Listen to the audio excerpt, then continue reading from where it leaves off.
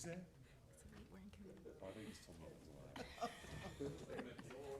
All right, good morning, everyone. The House Committee on Higher Education will come to order.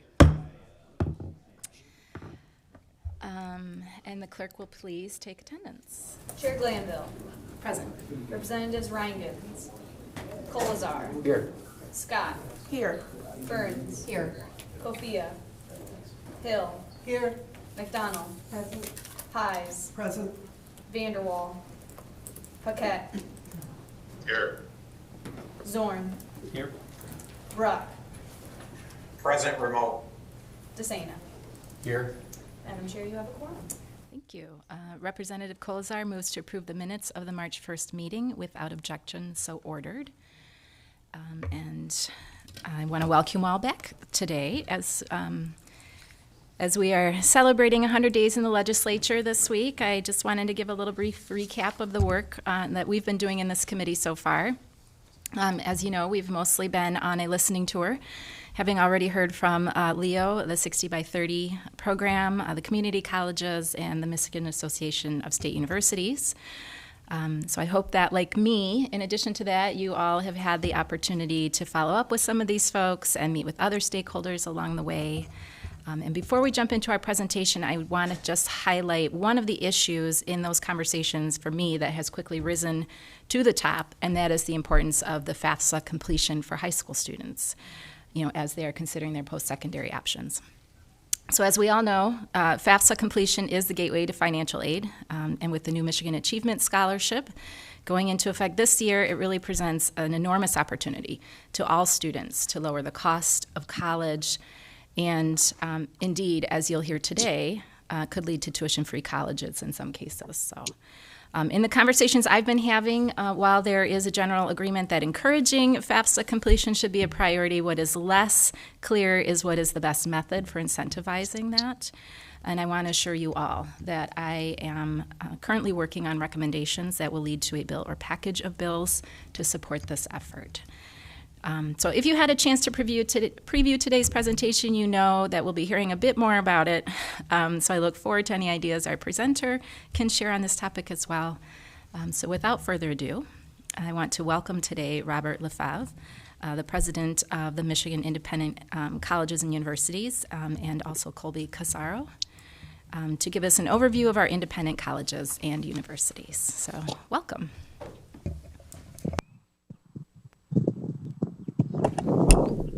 Thank you, Madam Chair, committee members. We really appreciate the opportunity to be here and present to the committee. We're going to look at a couple of different things, of course, I'm Robert Lefebvre, as mentioned. This is Colby Casaro, our Vice President for Data and Statistics. A lot of the information you'll see today is Colby's work. But we want to kind of set the stage a little bit. We're going to talk a little bit about our membership, who we represent, and our students, but then we're going to shift into college enrollment in Michigan in general, financial aid utilization in Michigan in general, student debt, and next steps that we think we can achieve through the Michigan Achievement Scholarship, and then we're going to touch on some of the FAFSA issues that the chair has already mentioned. So for our membership, we represent the 25 independent colleges and universities in Michigan. This is a map of their location. Of those 25 institutions, that's about 70,000 students. It's 20% of the state's bachelor-seeking undergraduates, 30% of the state's bachelor-seeking undergraduates over the age of 25. Annually, we provide almost 17,000 degrees and certificates a year, which is about 20% of the state's bachelor's degrees annually. 10% of our undergraduate students are transfer students from community colleges or other institutions. And then, of course, we have the lowest student-to-faculty ratio at 11:1. In general, about 30% of our students are Pell students, and we're going to come back to this in a later slide. That's down from 50%, which is alarming. 6 out of 10 of our students are women. 4 out of 10 of our students are students of color. And what I want to point out on this slide is that there is not a differentiation between their enrollment numbers and their completion numbers. So 6 out of 10 of our students are women, 6 out of 10 of our degrees go to women, and 4 out of 10 for the students of color. And this is where we're going to kind of shift and talk into general about enrollment trends. And and I apologize up front, a lot of this information is a bit gloomy, and there's some light at the end of the tunnel if you'll bear with us through the presentation. 66% of our high school graduates went on to enroll in some sort of post-secondary. That is now down to 52%. So that, over a 10-year period, that's 30,000 fewer students enrolling each year. For us, that equates to 5 freshman classes at our independent institutions. I mean, it's a huge decline. And enrollment, of course, is defined by within 12 months of high school graduation. I'm going to do one more slide, and then I'm going to turn it over to Colby for the next several. This is the FAFSA comparison rates that the chair mentioned at the beginning of the hearing. As you can see, Michigan ranks in the bottom half of completion rates. So we're at 43.9% of our high school graduates are filling out the FAFSA. And again, this is another, we'll come back to this in a later slide. And that FAFSA data is as of March 31st this year, so just a couple of weeks ago. And that will obviously go up, we hope, but it may not go up that much. Historically, Michigan last year was at a 47% completion rate. It is not as high as we would like.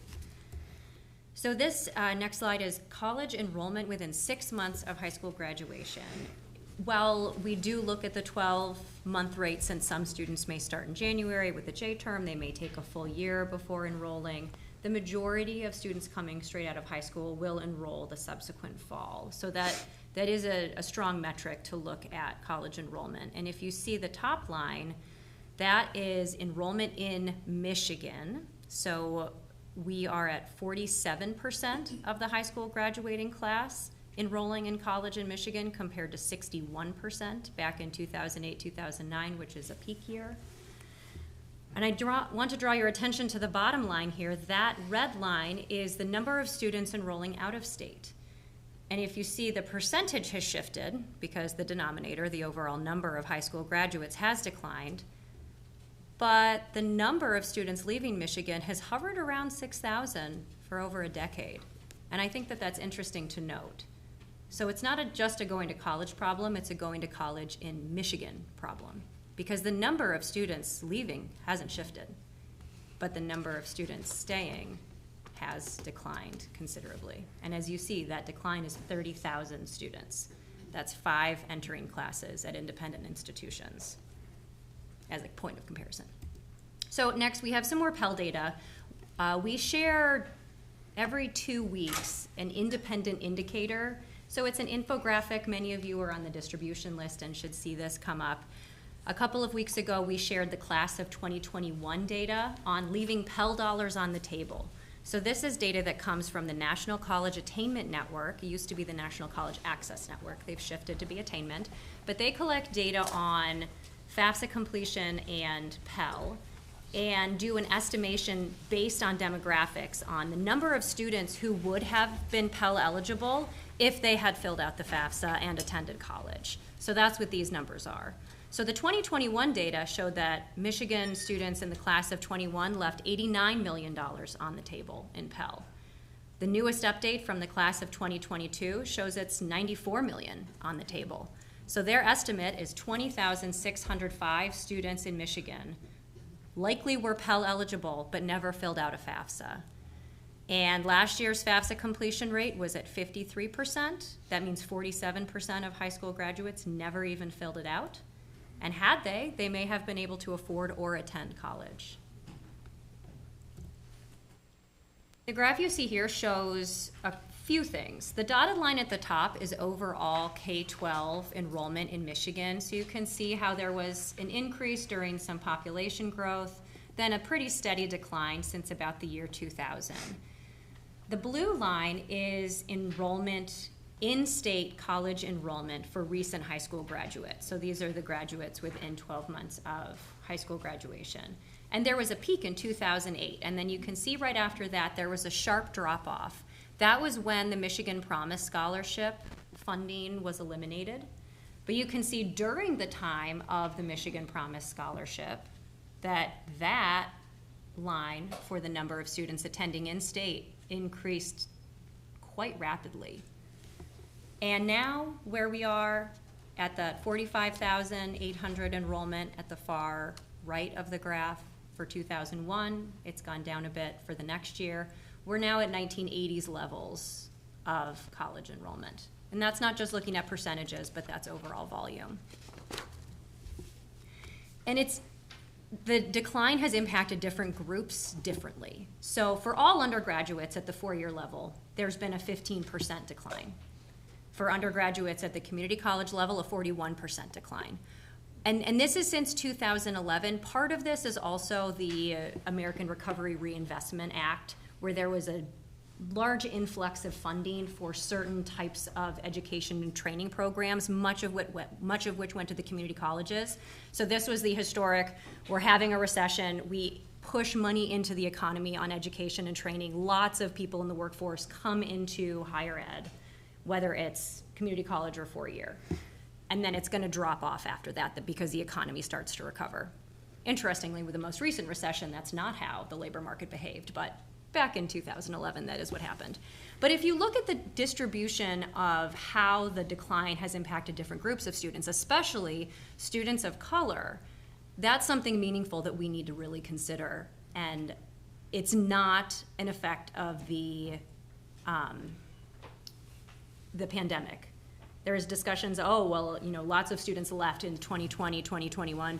This decline has been happening for a decade. So for black students, there's been a 31% decline compared to a 15% decline if you look at all students. Hispanic students, interestingly, there's been an increase.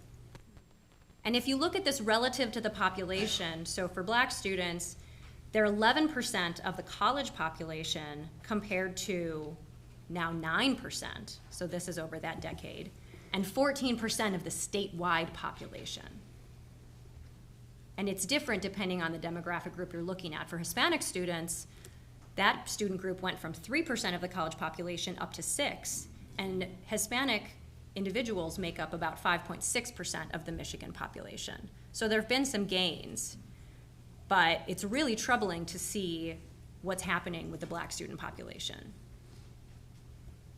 So let's talk about Pell. Robert mentioned Pell earlier.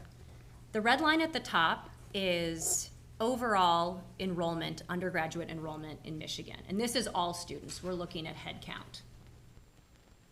The blue line are Pell students. And Pell students historically are a good example of students in need attending college. The average income for a family with Pell is about $50,000 or less, so on the lower end. Of the 105 students lost in Michigan in the last decade, so we've lost 100,000 undergrads, 77,000, about 3/4, were Pell students. But what Robert presented earlier is that only about 30% of the student population is Pell. It used to be 50. So again, similar to the it's not a going to college problem, it's a going to college in Michigan problem, this is a students with financial need are not enrolling in college. And I think about this in a really doomsday, sharks at the bottom of the cliff way of thinking. But it is, because we end up with lost generations of students where higher education could be that social and economic ladder out of poverty and out of that cycle. But if those are families and students that don't see this as a possibility, that's a problem. Because 10 years down the line, that's several generations of students who didn't get a degree because they either couldn't or didn't see it as a possibility. but then it's even harder to go back. We know that that adult population is the hardest to serve. So it's something that we need to address now while students are able to move directly in from that high school to some sort of post-secondary. And just for a couple of slides, we're going to shift back to our institutions. 90% of our students receive some sort of institutional grant or scholarship from the university they attend. 33%, about a third of them, receive the Michigan Tuition Grant. And we forecast that about 80% of our students will receive the new Michigan Achievement Scholarship when it kicks in this fall. And the amount of institutional aid, that 97%, the first figure, that has grown from 2009 to just under $8,000 to now just over $20,000 per student at our institutions. So that's a 171% increase in institutional aid provided from our members directly to students for the cost of attendance. All told, in 2021, that was $1.1 billion spread between 70,000 of our students. Student grants and scholarships in Michigan. These two slides the next two slides are interrelated. One of the things that the Michigan Achievement Scholarship is going to do is essentially triple the amount of students that receive aid. So currently, all institutions, about 60,000 kids get some sort of institutional aid. Going forward, it's going to be about 185,000. One of the things that we're concerned about and we want to bring attention to is, do we have the appropriate infrastructure at the state to handle that huge influx of new students in this new program? Here, graphically, here it's represented. So, all told, once the Michigan Achievement Scholarship is fully funded, it's a little over $500 million of aid going to students per year, up from about $100 million or so right now. And I think we need to give some thought on whether or not the Department of Treasury's Office of Scholarships and Grants has enough, the workforce is appropriate, that their technology is appropriate, that they have the needs, that they have what they need to make sure that we're successful in getting this program implemented. I realize this isn't an appropriations committee, but we seem to always work our way back to an appropriations topic. So I just put that out there really as some food for thought to make sure that everybody has the resources they need to make sure this program is successful.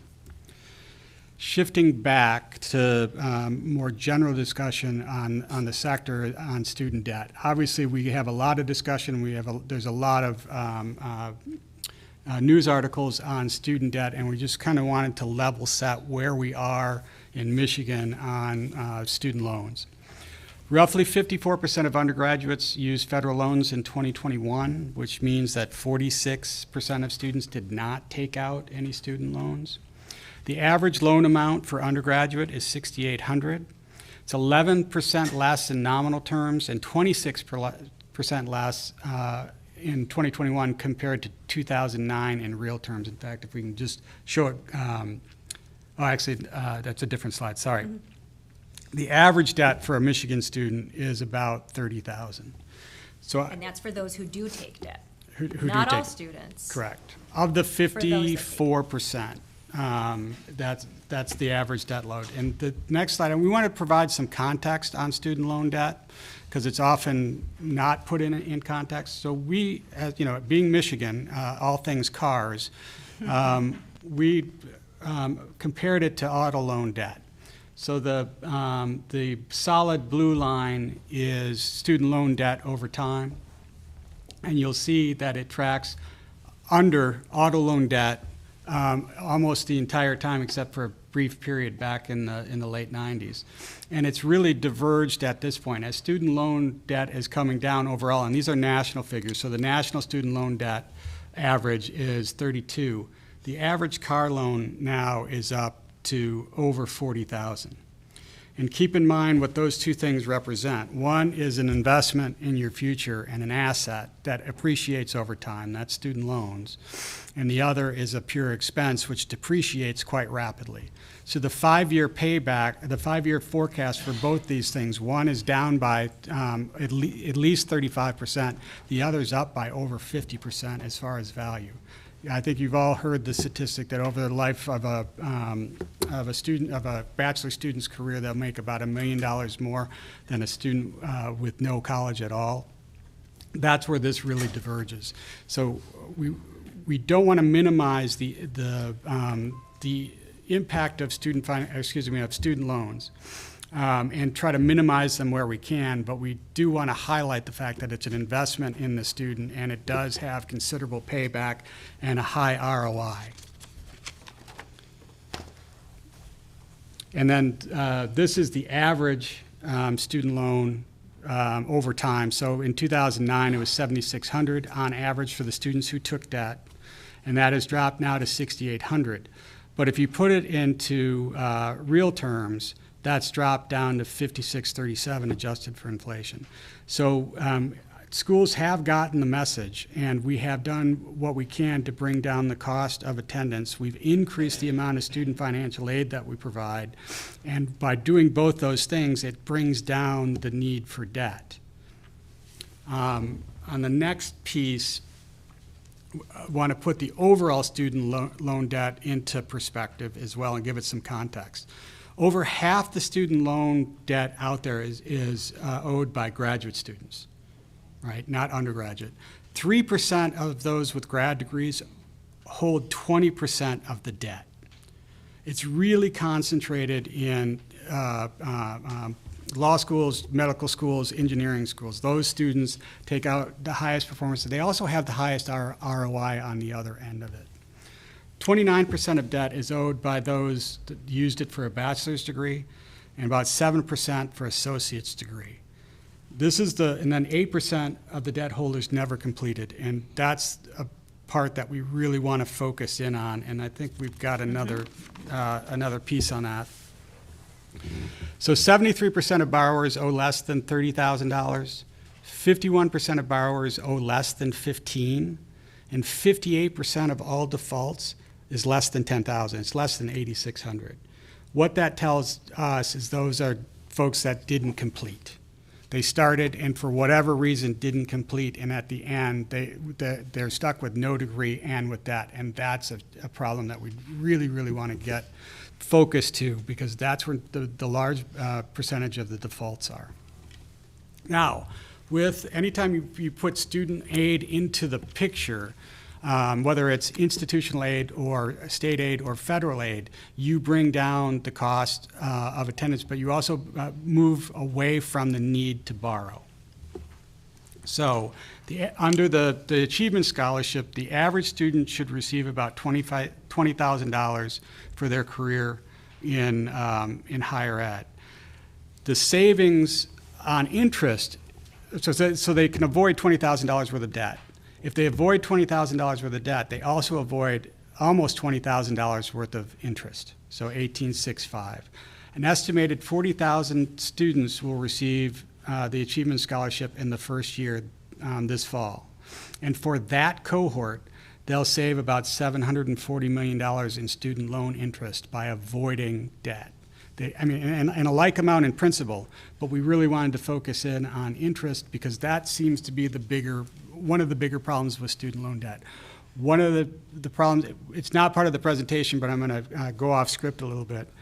We are, one of the biggest problems with the way this federal student loan program is structured is the interest rate is way too high.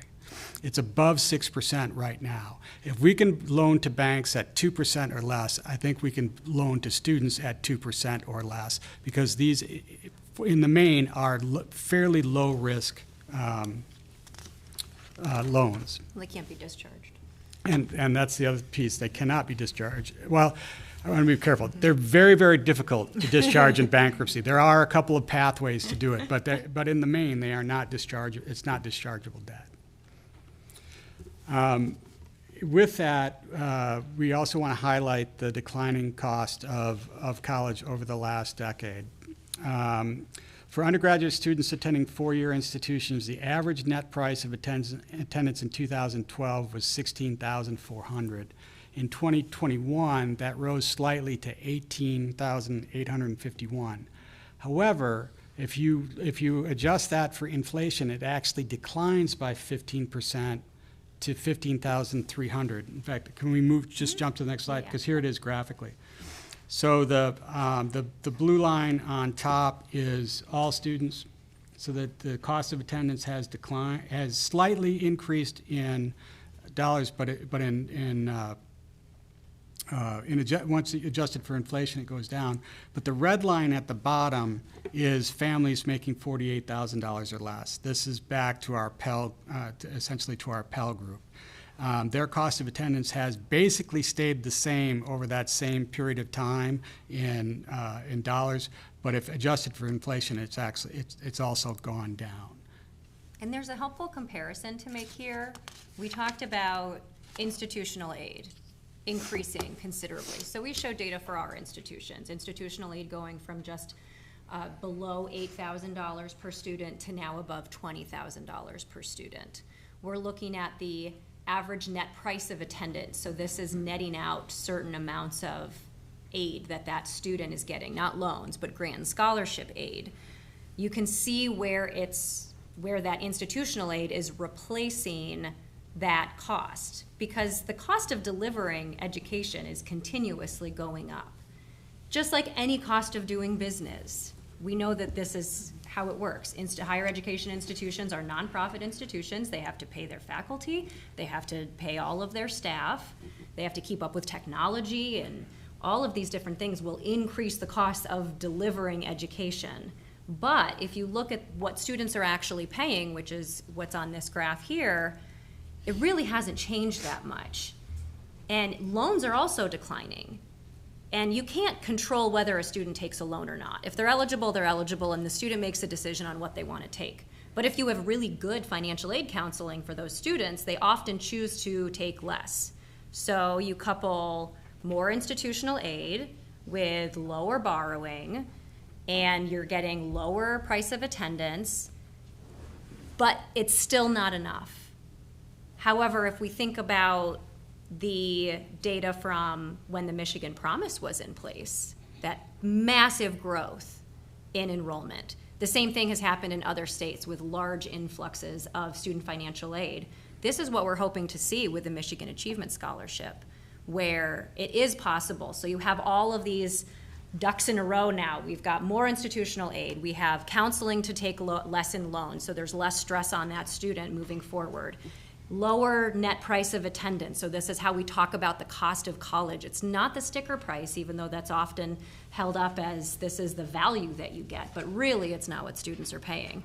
And now we can put in the Achievement Scholarship, so hopefully that's going to help move the needle, because our economy really can't handle any more declines in enrollment. And if we can actually go to the next slide, this is our projections on enrollment as a result of the Michigan Achievement Scholarship. In the first year, our projection is that we stem the decline, and then over the course of the first 5 years, we actually start to grow enrollment. And we'll provide, once the first 5 years in the full implementation, we're looking at 36,000 additional students will have enrolled that otherwise wouldn't have as a result of the Michigan Achievement Scholarship. And then we can go back one. And what we're seeing already is four of our colleges have already announced that students that are both Pell and Michigan Achievement Scholarship eligible, they'll be tuition free at those colleges. A couple of the publics have done the same. In fact, and a few of the publics had pre-existing programs that were very similar. So we've moved towards reducing, in many cases, especially for students that are Pell eligible, reducing the cost of tuition to zero. That doesn't necessarily mean there's no cost to attendance, because there are other things that are attendant to attending college. But it has, we think, a really good opportunity here to get towards a tuition-free opportunity for the state's most neediest students. And with that, we'd be happy to answer any questions. Well, thank you for that. It was very thorough on the financial aid piece, and I know that's a question that's come up in some of our past presentations. So I really appreciate you filling in the gaps on that a little bit and helping us understand better the balance between financial aid and institutional aid and the cost of college and some of that data. It's very, very clearly presented here. So thank you so much. Thank you. One question, I have a couple questions, but one I want to kind of rest on here a minute is going back to something that you mentioned in the beginning. And I think, Colby, it was you who said it's not a students going to college in Michigan program, but a students going to college leaving Michigan to go to college. So I'm curious what efforts you have in place, or what are you doing to entice students to stay in Michigan? And have you tried to tackle that problem, or you have any ideas on that, or what are your colleges doing? The biggest point on that is the state provided student financial aid, right? So since the Promise Scholarship, we have not had a broad-based program for students in Michigan. And I should say all of our data excludes Reconnect. There's some really good data on Reconnect. It's just not in this presentation. It's a different So, population. in general, we have not had a broad-based student aid program. And I think that will help get us at that 6,000 student problem, because they will now have more resources available if they attend a school in Michigan. However, we have some theories on why this has been consistent, and we don't have data on this, but these are our working theories that we're trying to see if we can find data on, is that in the main that these are wealthier families that have a long history of sending their students to either one of the coasts or to others, to more southern states for better climate. In fact, we've got some data on where these students are going. Mm-hmm. And during the pandemic, snapshot, they went to two places. They went south, and they went to states that had fewer restrictions. If you recall, most of the public universities went online for almost a year. Many of our institutions did the same, and there's some of the bleed out was a result of that. We believe we've gotten all those students, we'll get all those students back in general, but we need a couple more years to see if the data plays out that way. Okay, thank you. Are there any other questions? Okay, Representative Colzar? I have a couple questions as well, if that's okay, Madam Chair. Thank you. I actually want to talk about this same thing about the going to school in Michigan problem. How many of that number? So I taught in Rep. DeSena's district at Carleton Airport, and a lot of those kids will go to Toledo because they offered in-state tuition. Mm-hmm. Yeah. So, and that wasn't always the case. So my question would be, how many of those kids, is it simply because they live close to a border and that border school offers in-state tuition? Because those aren't the wealthier kids. Correct. Yeah, and we offer the same. I mean, many institutions in Michigan have reciprocity agreements with border states, but we're not bringing students in from those states. We're exporting them. Some states, Indiana's a good example. Indiana's financial aid program, you establish residency in a single year, you are then eligible. And that's 10,000 a student? That's 10,000 a student. So you move to Indiana, you pay out-of-state tuition for 1 year, then you establish your residency. Doesn't have to do with your parents' residency, it's separate. So the rules like that are a shift, and that's, I think about the number of students in the in-state versus the out-of-state, and it's the population in Michigan that are choosing not to go at all. And I don't know if that's an easier way to look at it versus trying to bring people back who chose to leave. It depends on the calculus for those families, financial aid wise, for sure, or the tuition reciprocity is a big one. Okay. It was Yeah. more of a curiosity Yeah, question. for sure. The other question I have, obviously we know that Michigan has struggled with declining population. So my question would be, we talk a lot about attracting our kids to stay here and go to school. What are you doing with your programs to then encourage them to stay in Michigan and not move to another state after they've graduated? Yeah, two things. First, on average, about 65% of our students, of Michigan students, stay in the state after graduation, which is about the national average. So we don't lose more on average than other states do. But the corollary to that is when we get students from out of state, there's a propensity for them to stay in state afterwards as well. We were really struggling to get good data on where students wind up over time, because anecdotally we know that after 5 years, a lot of students come back. What we've asked for and what other states have, and we're trying to work on this program here, is access to the unemployment insurance database, because then we can track where students are over time and see how many students we're able to attract back after a 5-10 year period. For example, Colby left, Colby came back, right? We don't have that data across the board yet. Indiana did the program, I think, a couple years ago. We're trying to pattern, do the same thing here. We've got to get some agreements together in order for us to be able to track that data better. So it's instead of using unemployment insurance records, it's a partnership between institutions and the IRS directly and the census. It's called post-secondary employment outcomes. So a few institutions in Michigan participate, several states have full participation in this, but instead of a lot of student data being submitted, it's pretty basic on degree year, degree completion, and then where students are working, how much money they make. But because it's based on the federal census and IRS versus unemployment insurance at the state, it's a little bit easier of a partnership.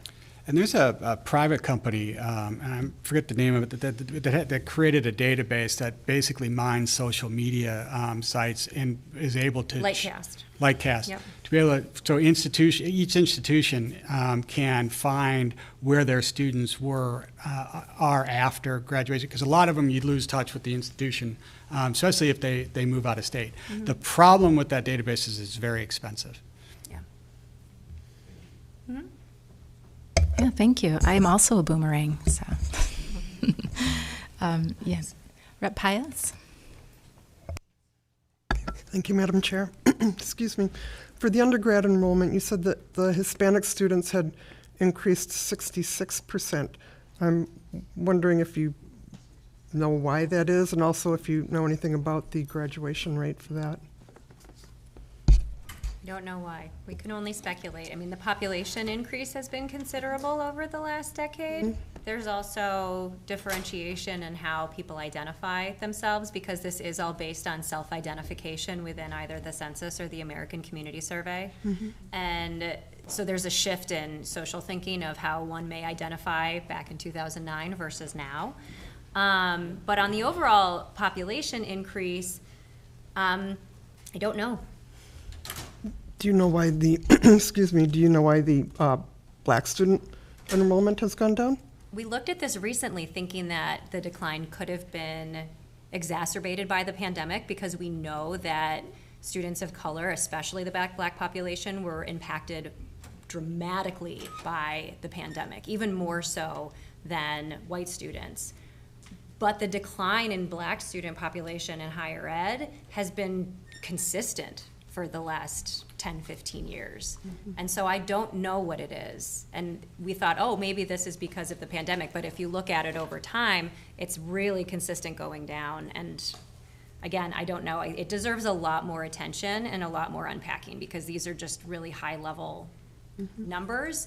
But they do, the fact that the decline for the black student population in four-year institutions is twice that of the rest of undergrads, that's something that deserves a lot more research and attention. And a lot of this is just because we're just becoming aware of. We pulled this data maybe 2 or 3 months ago, and this is the first time we had seen it. And same with when we started digging into the Pell decline. Also can't really explain why. We just know it's very, very concentrated in that group of students. Thank you. I'm always, these interesting data points, right, present new challenges I for apologize. us. They're not very satisfying answers, but we are trying to dig into it and see if there's something we can identify that we can switch either at an institutional level or a state policy level that will help alleviate some of that decline. Yeah, I would agree. It would be interesting to look at individual institutions and see if there's one that breaks that breaks that mold or breaks that trend, and kind of dig into maybe what they're doing. or if there's population, One thing I shift in the area can or say, one thing something. that has us concerned, and this is not just in Michigan, this is around the country, the states that, the institutions that cater to low-income students have lost dramatic enrollment and are closing.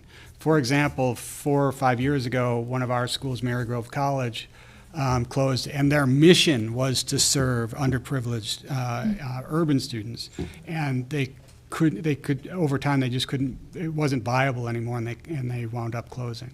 And Finlandia is a great example. Finlandia was over 50% Pell and couldn't make it work.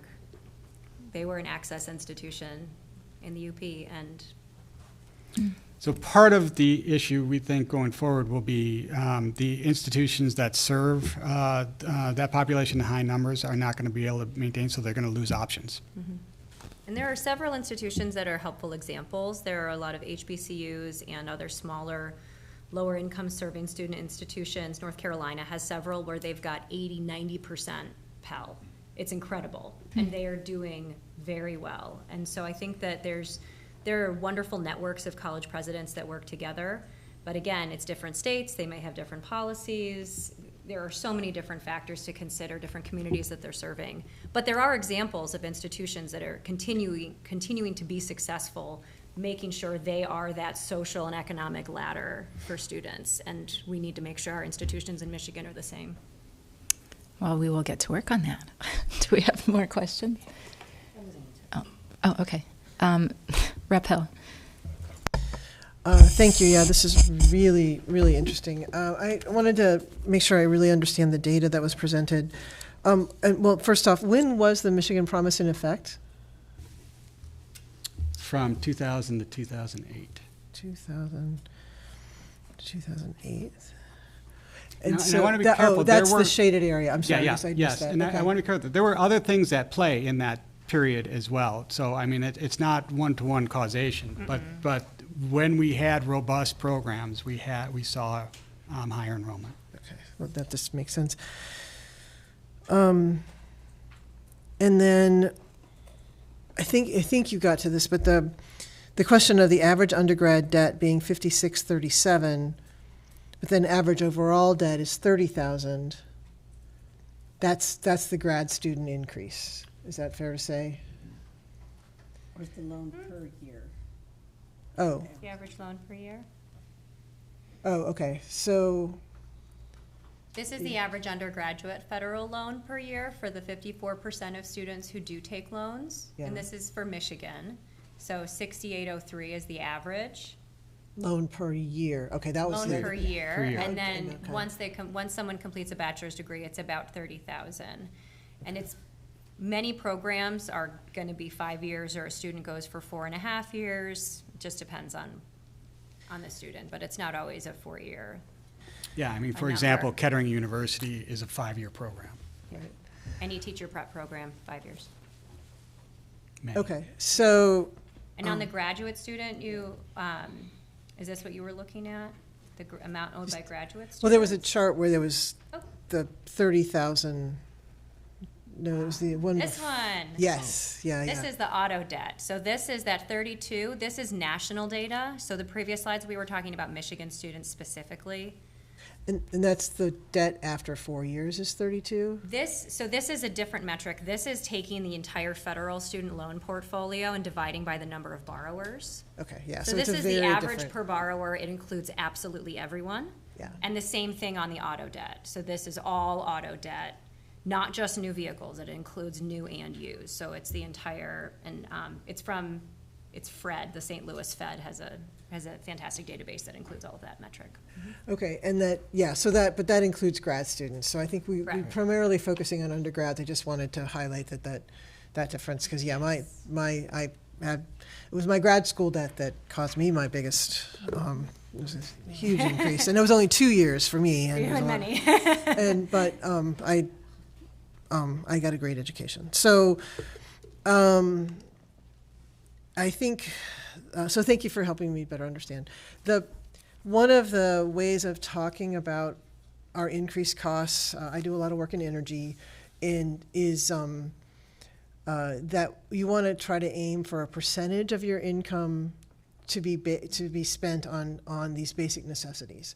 So in the energy sphere, we're looking at 6% of your costs, or say, 30% of your costs should go to housing, and I think it's 20% roughly to go to transportation.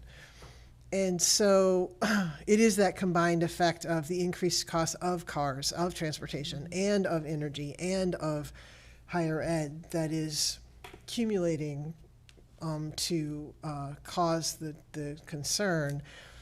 And it does seem like education is the one that falls out. You've got to pay your energy bill, you've got to have a vehicle, although I think increasingly, given these numbers, people are going to be really challenged to do that. Yeah, the average auto loan default amount is $36,000 versus the average student loan default, which is $8,600. It's just such a small number. That's really hard to hear.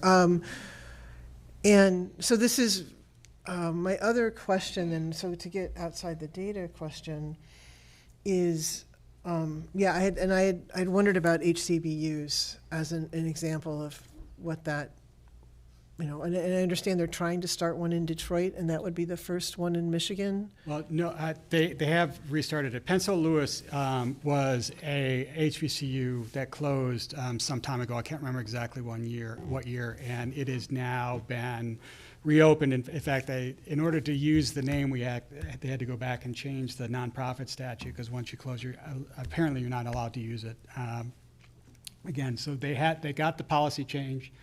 Or the law changed so they can restart it. It is a 2-year program right now that is housed inside the College of Creative Studies. Oh. And eventually it will be a standalone program. That's very helpful. Thank you. Rep, And- we just have a few minutes, and I have a couple okay, others. yeah. Did you have? I don't want to cut you off, but is there? And we're available after. if you have This more, is. too. This, I just want to make sure I understood the data. Thanks. Okay, thank you. Representative Paquette. Hey, thank you, Madam Chair. Appreciate the presentation. With regard to students that receive Pell Grants, do you guys have information as to how many students who have Pell Grants complete the program they get enrolled in? We do. It depends on the institution, but on average in Michigan, at a 4-year institution, it's about a 50% completion rate. And that is a traditional completion rate. And when I say traditional, it's students who enrolled were first-time, first-degree seeking students in the fall that matriculated X number of years later, whether it's 4, 6, or 8. There's several other ways to look at outcome measures, and the data that we have, we can unpack it a little bit more and send that to everybody, actually. It's really interesting to see, because there's now more data on overall student outcomes, so it's not just that first-time, first-degree seeking student, because you also want to consider the student who transferred. They wouldn't be considered in that group. You want to look at the students who maybe went for a semester, went to work for a while, then came back, because Pell eligibility is determined each year. You also have 6 years cumulative, 12 semesters cumulative of eligibility over the course of your lifetime. So you could use 2 years and then a decade later go back and use 4 more. So we can look at that a little bit further. It's differentiated by sector. It's different by whether a student is seeking a certificate, an associate's degree, or a baccalaureate degree. But we can look at that further. Traditionally, Pell graduation rates are lower than graduation rates for students who do not get Pell.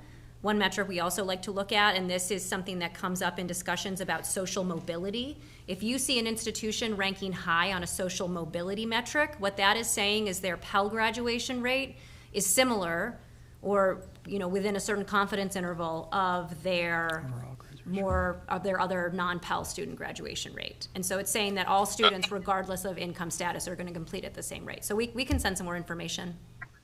I appreciate that, because, yeah, it is a large percentage. I'm pretty familiar with that. I have a lot of former students that went through that issue. And, when you mentioned the eligibility, which you have to fill out each year for Pell, are these students, when they're told that, filling out the FAFSA and, it's free money that's on the table, are they told that if they drop out and they're getting Pell Grants that they're going to have to pay those back, or are they not told that? They wouldn't be told that because they don't have to pay Pell Grants back. So one of the things that I guess any cursory Google or could find is that one of the reasons that you might have to be asked to pay them back is if you drop out. And so I have former students that have had to do that. And so I guess, is that you're saying that's not a thing to pay them back if they drop out and they're not eligible anymore?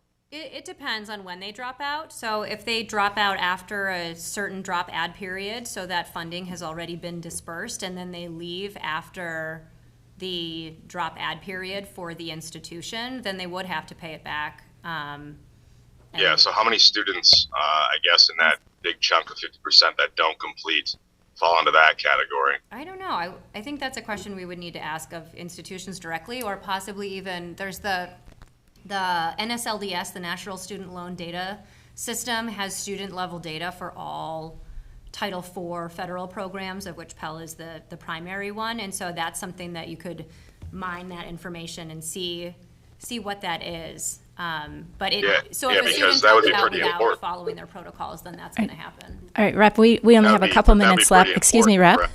We only have a couple of minutes left. I have a couple other folks who have questions, so can we get back on the Pell data at a later time?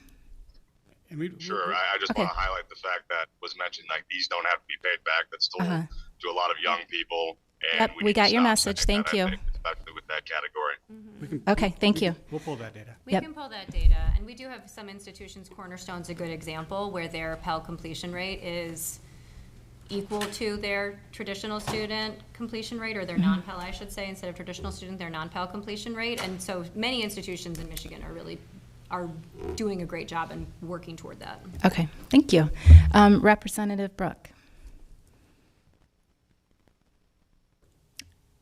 Representative? Hey, can you hear me? Yep. All right. Thank you so much, Chair, and thank you for the presentation. A lot of good facts and figures. Just to give you a little background, I spent 6 years as a trustee at Monroe County Community College, and that ended last December 31st. So I'm very aware. I've seen a lot of those charts you mentioned, the peak in 2008 and 9, and as a college, a community college, we track all those. Now, I did notice that the drop that you're speaking of in Michigan, it definitely correlates with the last 3 years during COVID. But I also have to ask a couple questions because I didn't hear you talk about the dual enrollment and how that plays a factor in any of your stats. Because as a community college a number of years ago, we started the dual enrollment and we got a lot of kids out of high school to take college courses, and they're graduating with an associate's. But on the back end, we lose them as a student once they graduate. So it's kind of, I don't want to say robbing Peter to pay Paul, but it's kind of shifting the enrollment to the left. And then as far as demographics in Michigan, as far as college age people in Michigan or eligible, that number I didn't notice, but did you have that in your slideshow? And then lastly, as a trustee at Monroe County Community College, the law that was passed a few years back, we compete directly with Ohio for students, and our tuition reimbursement from our state level actually pays Toledo colleges for our own students. So that was a discrepancy, and as a border district, we did have some contention when that law was passed. But I mean, that we actually compete with our own dollars with a neighboring state for our own students as well. So I just wanted to bring that to note and to light, but I appreciate your very thorough presentation. Thank you so much. Thank you, Representative. We're going to have to return to those questions at a later date, so we'll try to follow up on that. And I just do we have a quick question from Rep. DeSana? Okay, thank you. And do I have a motion to excuse absent members? Burns makes that motion, and I think that brings us to the close of today. So thank you again. Obviously, this was a very compelling presentation, so thank you so much for the data, and it looks like we might be having quite a few follow-up conversations. So thank you all. There being no further business before the committee will stand adjourned.